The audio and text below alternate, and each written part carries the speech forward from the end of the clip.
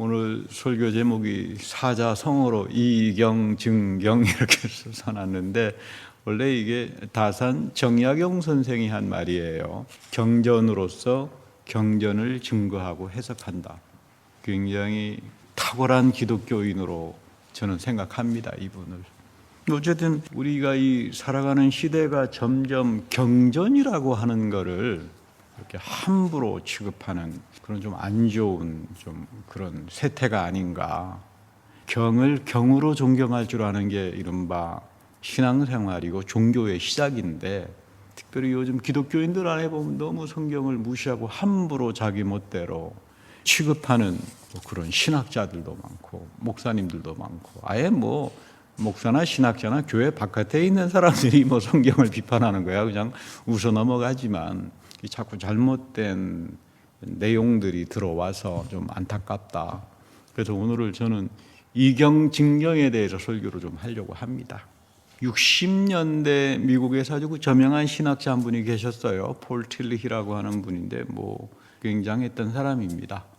이분이 쓴 설교집에 모든 토대들이 다 흔들린다. 쉐이킹 파운데이션이라고 하는 유명한 설교집이 있어요. 60년대 쓴 설교집입니다. 그분이 워낙 또 설교를 잘하셨던 독일 사람인데 미국에서 영어를 배우셔가지고 교수도 하고 많은 영향을 미치신 분인데, 사실 오늘 보면 이 토대가 다 뒤흔들 것 같아요. 한동안 양을 복제했다가 지금은 사람 복제한다 그래요. 그리고 지금 인터넷 통해 가지고 난자들 언제든지 구해 가지고 이 굉장히 생명에 대한 위험들, 점점 이런 것들이 일반화가 되다가 보니까 이 폐하가 생명이 아니냐, 이거 생명을 이렇게 함부로 해서야 되겠느냐. 자연과학이 발전하면서 또 기후 변화가 오고 이 토대들이 그냥 다 이제 무너진다, 이런 염려들을 합니다. 어떤 한국에 있는 참 양심적인 분은 요즘은 지식이 공해다, 그런 말씀을 하시더라고요. 지식이 유익해야 되잖아요. 근데 지식이 유익하지도 않고 거기에 또 가짜 정보에 이런 게 들어가니까 사람이 바보가 돼버린다는 거죠. 지식이 공해의 시대를 살고 있다. 그래서 이분이 하시는 말씀이 요즘 이 대한민국 이렇게 만든 꼴도 다 유튜브 때문이다, 또 이렇게 비판하시는데, 어쨌든 우리가 바른 지식을 가져야 되고, 그리고 보다 더 신앙생활은 단순한 지식으로 끝나는 것이 아니라 하나님 말씀에 대한 지식을 내가 쫓아서 살아야 돼요. 내 몸에 체득이 돼야 됩니다. 하나님 말씀의 지식을 가지고 내가 살았더니 하나님께서 이렇게 나에게 역사하는구나, 이게 체득이 되면 그것이 바로 지혜가 되는 거죠. 그러니까 우리 사도 바울 선생도 성령의 은사 중에 맨 처음 나오는 게 지식과 지혜의 은사잖아요. 그러니까 우리가 믿음이라고 하는 것은 지식과 지혜 안에서 명철로 바뀌어지기 때문에, 여러분, 세상에서 엉터리 지식 정보 가지고 공부를 많이 했다 그래서 절대로 지식과 지혜를 가지는 거 아닙니다. 믿음 생활이라고 하는 건 성령이 주시는 지식과 지혜 안에서 내가 하나님 앞에서 명철한 삶을 살아간다. 그러니까 여러분 교회 다니면 굉장히 똑똑해져요. 근데 이와는 반대로 이제 사도 바울 선생은 말세 때 희한한 인간들이 나타날 거다, 이제 이야기를 해요. 이게 그대로 맞는 말씀 같아요. 말세에 나타나는 그 인간 유형들이 나오는데, 이게 오늘 디모데후서에 이제 나오는 말씀이죠. 그 말세에 어떤 인간 종류들이 나타나나 하면 자기 쾌락을 지나치게 사랑해요. 하나님을 사랑하는 것보다. 이 말은 뭐냐면 교회 안에서 나타나는 이야기예요. 세상 사람들이 자기 쾌락을 지키고 사는 거 가지고 뭐라고 하겠습니까, 바울이. 교회 안에서 하나님 사랑한다 그러지만 이렇게 보면 다 자기 쾌락에 빠져 있어요. 자기 생각, 자기 판단, 자기 감정. 그러니까 전부 다 자기 이익에 혈안이 되어 있는 겁니다. 말로는 다 하나님 사랑해 하는데, 그리고 이런 사람들의 특징은 조급하고 교만하고, 이 교만이라고 하는 말의 원뜻은 보면 개념 있는 젠체하는 게 이렇게 어떤 히프리스라고 하는 에덴 동산에서 하나님을 대적했다, 이런 개념보다는 교만하다라고 하는 말은 뭐냐면 어디 이상한 정보 지식들을 갖다 놓고 막 자기를 똑똑하게 치장하는 그런 태도들이 나타난다. 그런가 하면 이 사랑이 다 변질돼 버린다. 말로는 사랑 하는데 다 자기 돈 사랑, 자기 사랑, 쾌락 사랑, 이렇게 되다가 보니까 이 마지막 때 교회에 많은 혼란스러움과 미혹이 나타난다. 그래서 여러분 데살로니가 이제 후서에 보면 어마한 말씀하잖아요. 바울이 마지막 때 하늘에서 아주 강력한 망상증에 걸리는 능력들이 사람들 속에 나타날 거다. 미혹이라고 하는 번역으로 썼지만 그 내용은 망상증이에요. 사람이 망상증에 빠져버리면 여러분 큰일 나죠. 여러분 신앙생활 한다라고 하는 것은 뭐겠어요? 성령의 지식과 지혜를 통해서 그리고 그 말씀의 가치를 쫓아서 좁은 길로 걸어갈 때 하나님이 그 세계를 향하여 새하늘과 새 땅을 열어주는 이 총명과 형통의 삶을 살기 위해서 여러분이나 저나 신앙생활을 하는 거잖아요.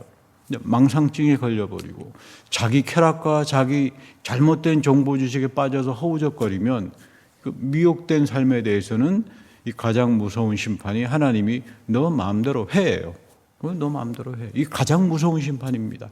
바울이 로마서에서 하는 말이잖아요. 로마의 교인들아 가장 무서운 심판은 그래 너 마음대로 해. 하나님 더 이상 너희들 두들겨 패고 심판 안 한다 이 말이에요. 그러다가 마지막에 갈 때 로마가 망하든지 이런 일들이 벌어지는 거예요.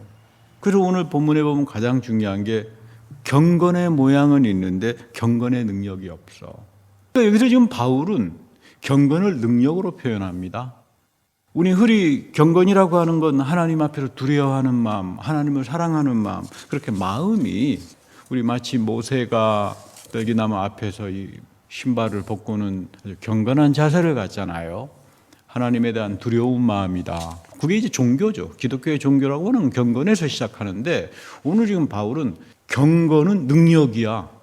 성령의 능력이다 이 말이에요. 하나님에 대한 경외가 너의 마음속에 들어와서 그 하나님을 사랑하기 시작하면 능력으로 나타나.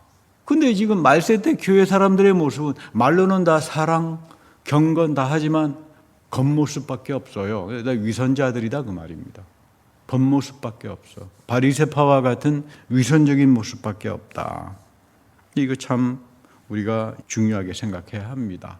조선 역사에 앞서 제가 말씀드렸습니다만 다산 정약용 선생이라고 하는 분이 계시죠. 저는 개인적으로 가장 존경합니다.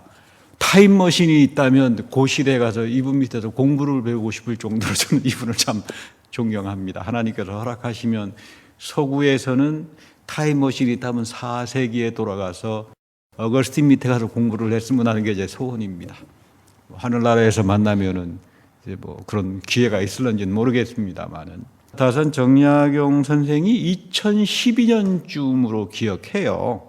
유네스코에서 이분을 세계의 위대한 인물로 선정했습니다. 세계 천재로 대한민국에서는 참 푸대접을 받았죠. 귀양 가서 18년 동안 전라도 강진에 가가지고 죽을 고생하고 말이죠. 근데 이분을 유네스코에서 세계 천재로 저는 그 너무 기쁘더라고요. 근데 같이 1700년도에 세계 천재 중에 한 사람이 더 있는데 50년 빨리 난 사람이에요. 그 사람 이름이 장자크 루소예요. 장자크 루소하고 다산 정약용 선생이 2012년도 유네스코에서 세계 천재 인물로 등재가 된 겁니다. 저는 너무 그때 기뻐서 여러분 이 루소라고 하는 사람이 서구 유럽의 근대의 시대를 열어준 사람이에요. 사상적으로. 뭐 대표적으로 이 주권제민이랄지 모든 주권은 왕이나 대통령 이런 사람에게 있는 게 아니라 시민들에게 국민들에게 있다. 민주주의라고 하는 거. 그걸 가르쳐준 사람 아니에요. 그 사회개혁론이라고 하는 책에서. 근데 다산정약용 선생이 거의 비슷한 말을 합니다. 뭐 서로 알지도 않았을 텐데 50년 후에 태어난 다산 선생이 그 민주주의를 루소와 거의 비슷한 민주주의를 그래서 세계가 경악을 하는 겁니다. 그러니까 중국 유교를 다 뒤집어져 버린 거죠. 중국은 절대로 민주주의가 나오지 않습니다. 거기는 왕권의 나라예요. 뭐 나라를 사랑한다 그러고 하지만 뭐 요즘 보면 뭐 민본이다 그러고 유교에도 뭐 민주주의가 있다라고 그 이야기하지만 거짓말이에요. 거기는 바위가 없어요. 투표에 의해서 시민들이 추천해서 여러분 민주주의는 전치사 세계로 이루어지잖아요. 가장 그 표현 잘한 사람이 아브라함 링컨이잖아요. 국민을 위해서 국민의 그리고 국민의 바이 투표를 해야 되잖아요. 그러니까 중국은 공산당밖에 나오지 않습니다. 투표권 없잖아요. 투표권이 없으니까 인권은 완전히 다 무시가 되는데 다산 정약용 선생이 그 바위를 이야기한 사람이에요. 루소처럼. 그러니까 참 훌륭한 분이다. 이분 평생 연구하신 분에 따르면 돌아가시기 전에 그 당시는 서학이었다 그러니까 마지막 이제 그 신부님 앞에 종부성사를 받고 돌아가셨다 그래요. 불행했던 천재인데, 근데 이제 이분의 글이 요즘 한글로 번역이 돼서 공짜로 줘도 이제 인터넷에 들어가면 그분이 쓴 경세유표랄지 목민심서랄지 읽다가 보면 굉장한 사람이었구나. 뭐 중국 고전을 다 꿰뚫어 보고는 그 사람들이 보지 못한 것을 이야기합니다. 근데 이분이 가장 중요하게 보는 게 경전을 해석할 때는 경으로 해석하는 거다. 너 자기 쓸데없는 생각 갖다 붙이지 마라. 이건 그대로 기독교예요. 물론 그 당시 마테오 리치라고 하는 분이 쓴 천주실이라고 하는 기독교 책이 들어와서 그 책에 흠뻑 빠져가지고 처음에는 아주 좋은 기독교 신자로 뭐 활동도 했다고 합니다만, 그 당시 보면 대한민국 상황을 보면 경전을 이야기할 때 너무 어려우니까 그 이심전심이야. 그러니까 유학자들 가운데도 불교의 영향을 받아가지고 뭐 선불교식으로 내 멋대로 내 마음대로 해석하면 되는 거야. 이런 사람도 있었고, 아니야 그냥 음행오행으로 음양의 기운에 따라서 자기 멋대로 하면 돼. 이런 식의 해석이었는데 이제 다산 정약용 선생이 절대로 경전은 그렇게 해석하지 못한다. 갖다 붙이지 마라. 모르면 경전으로부터 배우는 거다. 이건 제가 보기에 뭐 전형적으로 뭐 그 당시는 성경이 번역되지 않았었습니다만은 아마 이제 그 당시 들어왔던 서학을 통해서 이분의 이제 유교를 이야기하는데 어떤 완전한 새로운 변화를 주지 않았나 이런 생각을 해봅니다. 신명기를 보면 나이가 이제 120살이 되고 가나안 땅을 두고 이스라엘 백성들에게 하는 설교입니다. 이 설교에서도 그대로 이런 내용이 담겨져요. 너희들 이제 가나안 땅에 들어가면 너 멋대로 신앙생활 하지 마라. 너희들 가나안 땅에 들어가게 되면 고대 군동의 강대국들이 많을 것이고 온갖 우상 숭배의 세속화가 들어올 텐데 거기 쫓아가다가 보면 너희들 광야에서 만났던 그 야훼 하나님, 여호와 하나님이 누군 줄, 그 여호와 하나님이 시내산에서 주셨던 토라 그거 다 잊어버린다 이 말이에요. 아니면 뭐 막 갖다 붙이고 우상 숭배식으로 이렇게 습합시키다가 보면 그 나중에 다 엉망이 될 거다. 그래서 이분이 마지막으로 설교하는 내용이 너희들이 믿는 하나님이 누구냐, 그리고 그 하나님의 성품이 어떤 분이냐, 그거를 다시 한번 명심하는 겁니다. 그러니까 굉장히 중요한 말씀이죠. 이 마지막 광야 생활을 정리하면서 모세가 참 유운처럼 남긴 설교의 말씀이다. 그래서 뭐 유대인들은 이 신명기에 나오는 이 마지막 모세의 마지막 설교를 참 사랑해요. 그 신명기 32장에 보면 하나님은 너희들을 눈동자처럼 지켰다. 어떤 신이 너희들을 이렇게 지켰느냐. 너희들은 늘 반역하고 너 멋대로 했지만 하나님은 끊임없이 그 약속을 지키셨는데, 여기 보면은 누가복음에 예수님께서도 그런 말씀 하십니다만 우리 한번 다 같이 읽어볼까요? 이에 모세와 모든 선지자의 글로 시작하여 모든 성경에 쓴 바 자기에 관한 것을 자세히 설명했다. 그러니까 여러분 이건 무슨 말씀이겠어요? 우리는 이 예수 그리스도를 구약 없이는 한 줄도 이해 못한다는 말이에요. 그리고 이 본문이 아주 중요한 거는 예수님이 부활하셔서 40일 사역을 해요, 지상에서. 그게 누가복음하고 사도행전에만 나옵니다. 제가 여러 차례 말씀드립니다만은 이 본문이 첫 번째 재림이에요. 그래서 많은 기독교를 비판하는 사람들이 뭐 예수님 다시 온다고 그래놓고는 왜 오지 않아? 이 지금 40일 부활로 40일 사역이라고 하는 내용을 이해 못하니까 그런 엉터리 같은 생각을 하는 거예요. 그러니까 첫 번째 부활의 사역에서 예수님이 교회를 세워나가요. 그리고 제자들이 그렇게 쫓아다녔지만 이 예수 그리스도가 누군지 모른다 이 말이에요. 구약을 가리키는 겁니다. 모세가 나를 증거했어. 시편이 나를 증거했다. 예언자들이 나를 증거한 거야. 우리 예수님도 지금 뭡니까? 이경증경이죠. 경전을 통해서. 그러니까 많은 분들이 뭐 예수님은 뭐 구약 성경하고 상관이 없어. 이런 말이 아니에요. 이거 우리 참 목숨처럼 소중하게 여겨야 됩니다. 왜냐하면 바울이 교회를 세운 사람이 아닙니다. 예수 그리스도가 부활하신 그리스도가 40일 사역을 통해서 세례를 명령하고 성령을 부어주셔서 교회를 시작하신 분이에요. 뭐 여기에 바울은 심부름 정도 한 거죠. 근데 이 하나님의 성품 중에 모세가 하는 이야기가 독수리처럼 너희들을 훈련시킨다. 신앙이라고 하는 건 뭔가 우리가 하나님을 만나기 시작하면 하나님은 우리를 독수리처럼 살길 원해요. 여러분, 독수리는 자기 새끼 독수리를 훈련시킨다 그러잖아요. 먹이 물이라다 놓고 날개하게 해서 막 둥지를 뒤엎고 날아야 독수리가 되잖아요.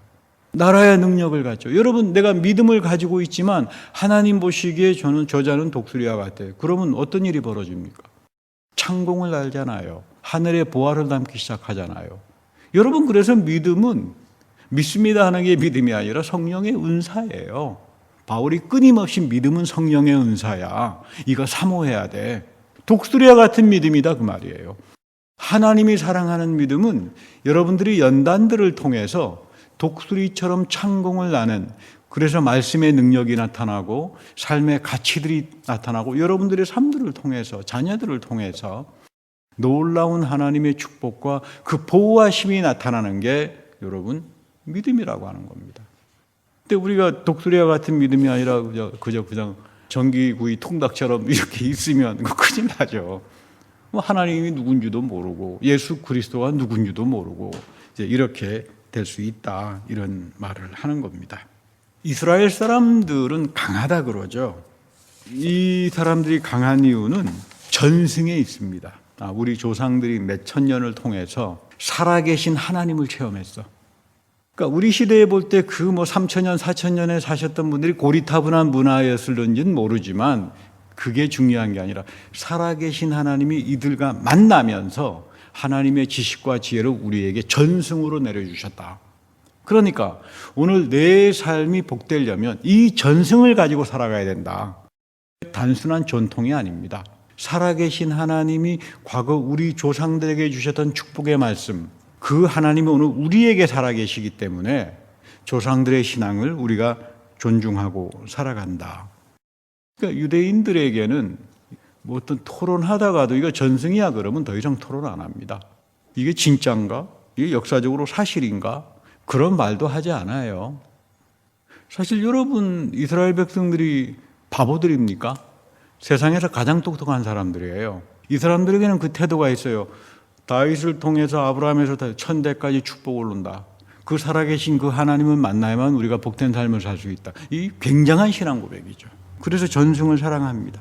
근데 이런 태도는 좀 우리가 배워야 한다. 사실 아브라함과 이삭과 야곱, 이 하나님의 모든 사건은 철저하게 이름을 바꾸고, 아브라함의 이름을 바꾸잖아요. 야곱의 이름을 바꾸잖아요. 이스라엘로. 하나님이 우리하고 만날 때 인격적으로 체험하면서 우리의 삶 전체가 다 바꿔진다. 이거를 우리 조상들이 체험한 거다. 이게 역사적으로 옳으냐 틀리냐 이런 문제가 아니다. 이런 태도는 상당히 중요합니다.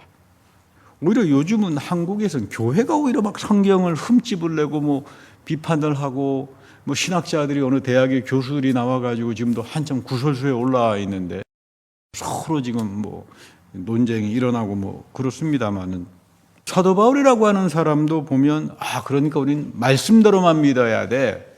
봤더니 소설을 쓰고 있어요. 소설을 쓰면서 다큐멘터리라고. 그리고 우리는 너무나 믿음이 좋아 말씀대로 살고 있어. 이러는 게 지금 우리 시대입니다.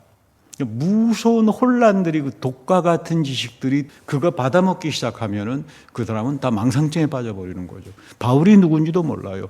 다큐멘터리라고 하는 데서 그건 사실대로 말을 해줘야지, 자기 상상력과 이신점심 갖다 붙여가지고 그렇게 말하고 자기는 우리는 너무나 믿음이 좋은 선교사야 이러면 그 어쩌라고요? 할 말이 없는 거죠. 우리 신약 성경에는 복음서가 4개의 복음서가 있습니다. 하나만 있어도 되지 왜 이렇게 4개의 복음서가 있는가? 예수님을 담기에는 너무 크기 때문에 그래요.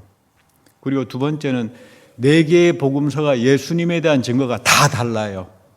그러니까 어떤 분들은 마태복음에서 이야기하는 거하고 어디에 요한복음에서 만약에 틀리니까 성경이 서로 틀렸다, 이거 거짓말이다. 그건 무식한 사람이에요. 성경으로 담기에는 너무 큰 분이다. 그래서 사실 여러분이 전승이에요. 제가 여러 차례 말씀드립니다만 33년도부터 34년도 그때부터 예수님께서 하신 말씀 아람어를 쓰셨잖아요. 때로는 히브리어도 쓰셨는데 그거를 목격자들이 있어요. 그러니까 우리 누가복음 1장이 가장 중요하다고 하죠. 성경을 이해하는데 가장 중요한 부분은 누가복음 1장이다. 거기 누가가 그런 말 하잖아요. 우리 성경 쓰지 않았다. 여러분, 마태가 성경 쓴 사람 아닙니다. 예수님을 처음부터 목격하고 쫓아다녔던 사람들이 파피루스 성경에다가 쪼개다가 예수님 뭐 이런 일을 했어. 그리고 예수님 앞에 병을 고쳤던 사람들, 죽다가 살아난 사람들, 이 사람들이 다 살아있었잖아요. 이 사람들이 와가지고는 그거를 전해주기 시작합니다. 그 작업이 33년도부터 안디옥 교회에서 예수님이 부활하자마자 그리스말로 번역하기 시작합니다. 왜냐하면 안디옥은 지금 시리아인데 오른테스라고 하는 지역의 그 교회가 비즈니스를 하는 상인들이 참 많았어요. 소아시아를 거쳐가지고.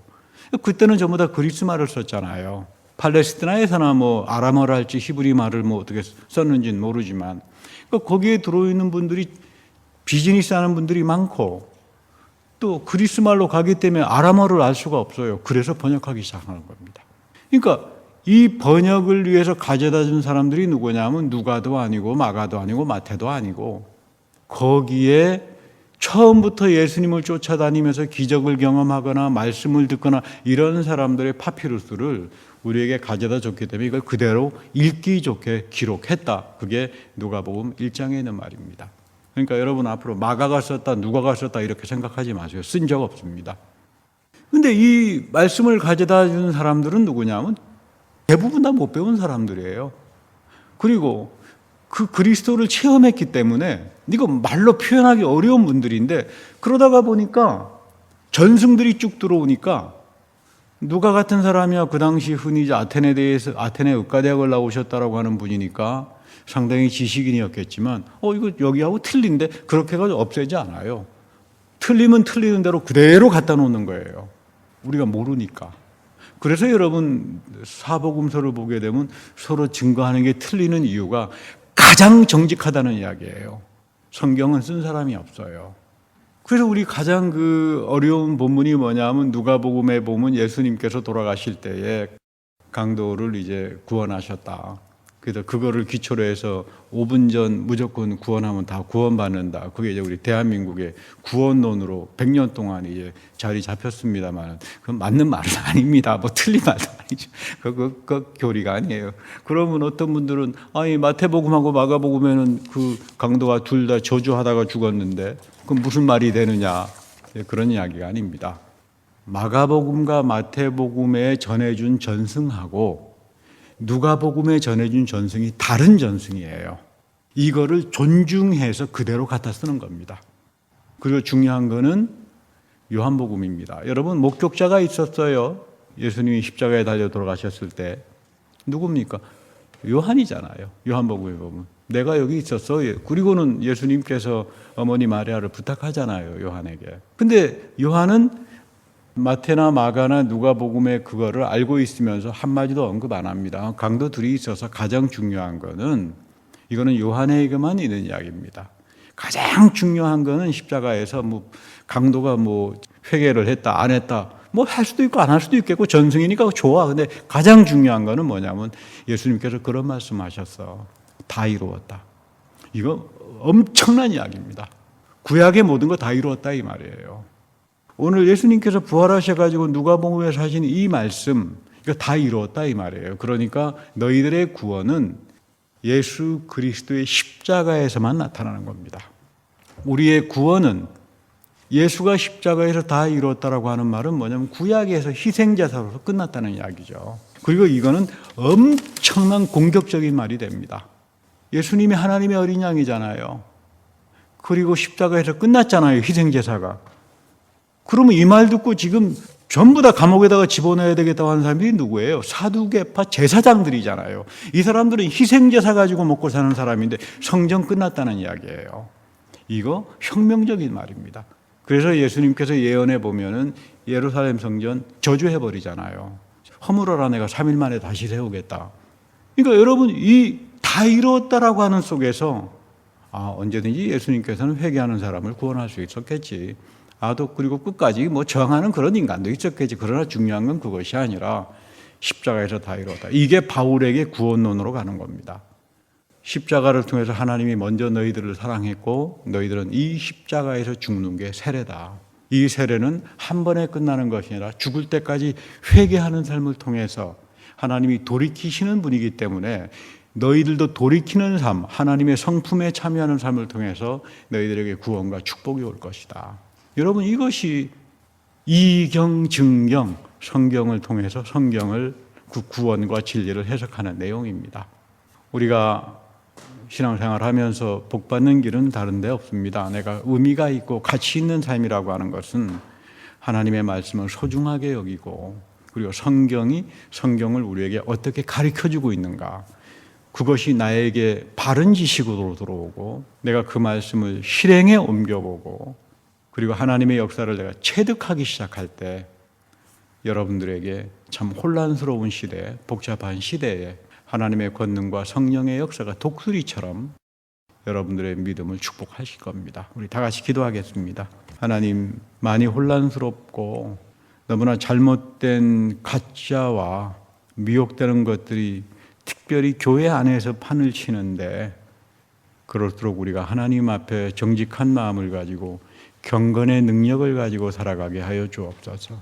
하나님 말씀을 통하여 예수 그리스도를 이해하고, 성경을 통하여 살아계신 하나님을 이해하고, 그리고 그 말씀을 소중히 여겨 살아갈 때 독수리처럼 하나님의 권능과 하늘의 보화와 하나님이 열어가시는 그 놀라운 능력이 이 믿음의 가정 속에 천대에 이르는 그 축복이 전승으로 이어지게 하여 주옵소서.